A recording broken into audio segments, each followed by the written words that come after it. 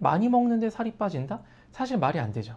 하지만 많이 먹으면서 살이 빠지는 방법이 있습니다. 안녕하세요. 오늘은 다이어트 하시는 분들에 대한 잔소리 한번 해보려고 합니다. 다이어트 하시는 분들 엄청 많죠? 다이어트 하다 보면은 뭐 운동이니 뭐니 하지만 결국 식단이 제일 중요하다는 얘기 많이 들으실 거잖아요. 식단하면은 너무 괴롭죠. 먹고 싶은데 먹지도 못하고 과연 빠지는지도 잘 모르겠고, 그러다 보니까 가뭄에 단비처럼 내려오는 게 뭡니까? 치팅데이죠. 이제 이날만큼은 내가 마음대로 한번 먹어보겠다. 하지만 치팅데이를 많이 하다 보면 당연히 다이어트가 망할 수밖에 없겠죠. 먹는 양을 줄여야지 살이 빠질 텐데 많이 먹는데 살이 빠진다? 사실 말이 안 되죠. 하지만 많이 먹으면서 살이 빠지는 방법이 있습니다. 바로 리피딩 식단이라는 건데요. 우리 몸은 어떤 상황이든 적응을 굉장히 잘하게 되어 있어요. 평상시에 제가 3000칼로리를 먹던 사람이었는데 다이어트를 위해서 하루에 2000칼로리만 먹는 걸로 줄였다.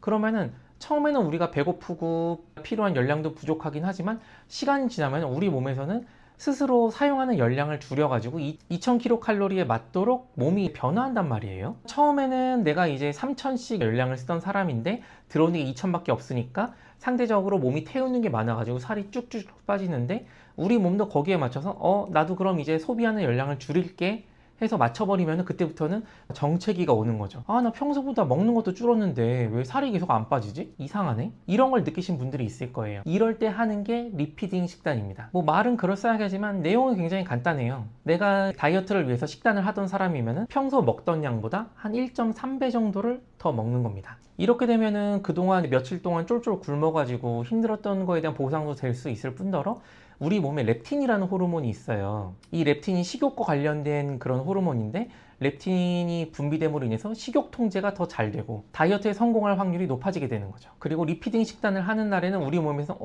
오늘 평소랑 다르게 음식이 좀 많이 들어오네? 그럼 이제 신진대사가 좀 높아지겠죠? 그럼 이제 중성지방도 내려가고 콜레스테롤 수치도 내려가고, 잘만 지키면은 먹는 것도 많이 먹는데 오히려 다이어트에 도움이 되는 아주 훌륭한 방법입니다. 근데 문제는 리피딩 식단을 해야 되는데 아예 치팅데이를 해버리시는 분들이 많다는 거죠. 아까 말씀드린 것처럼 리피딩 데이는 적당히 먹어야 돼요. 내가 먹는 양의 1.3배, 많으면 정말 1.5배? 이 정도 먹어야 되는데, 오늘은 나 리피딩 데이야 그래 놓고 막 치킨 먹고 떡볶이 먹고 피자 먹고 콜라도 이렇게 먹고 무지하게 먹다 보면은 내가 원래 먹어야 될 그런 칼로리의 2배, 3배, 이런 거는 치팅데이도 넘어서 아예 폭식이 돼버리죠.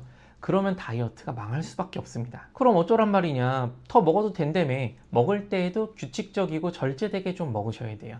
평소 열량보다 좀 이제 1.3배 정도로 드시되, 그 먹을 때에는 이제 패스트푸드 같은 걸 드시지 말고 뭐 순수한 탄수화물이나 순수한 단백질 같은 걸로 식단을 꾸미셔가지고 열량을 맞추시는 게 좋습니다. 그리고 횟수 같은 경우에는 너무 많이 하시면 안 되고요. 일주일에 한 1회에서 2회 정도가 적당한 걸로 알려져 있고요. 리피딩 식단을 하시다 보면은 리피딩 증후군이라는 증상이 나타나는 분들이 있어요. 이게 뭐냐면은 평소에 다이어트 식단을 하게 되면은 보통 탄수화물을 줄이고 단백질이나 지방 함량이 높은 음식을 먹게 되죠.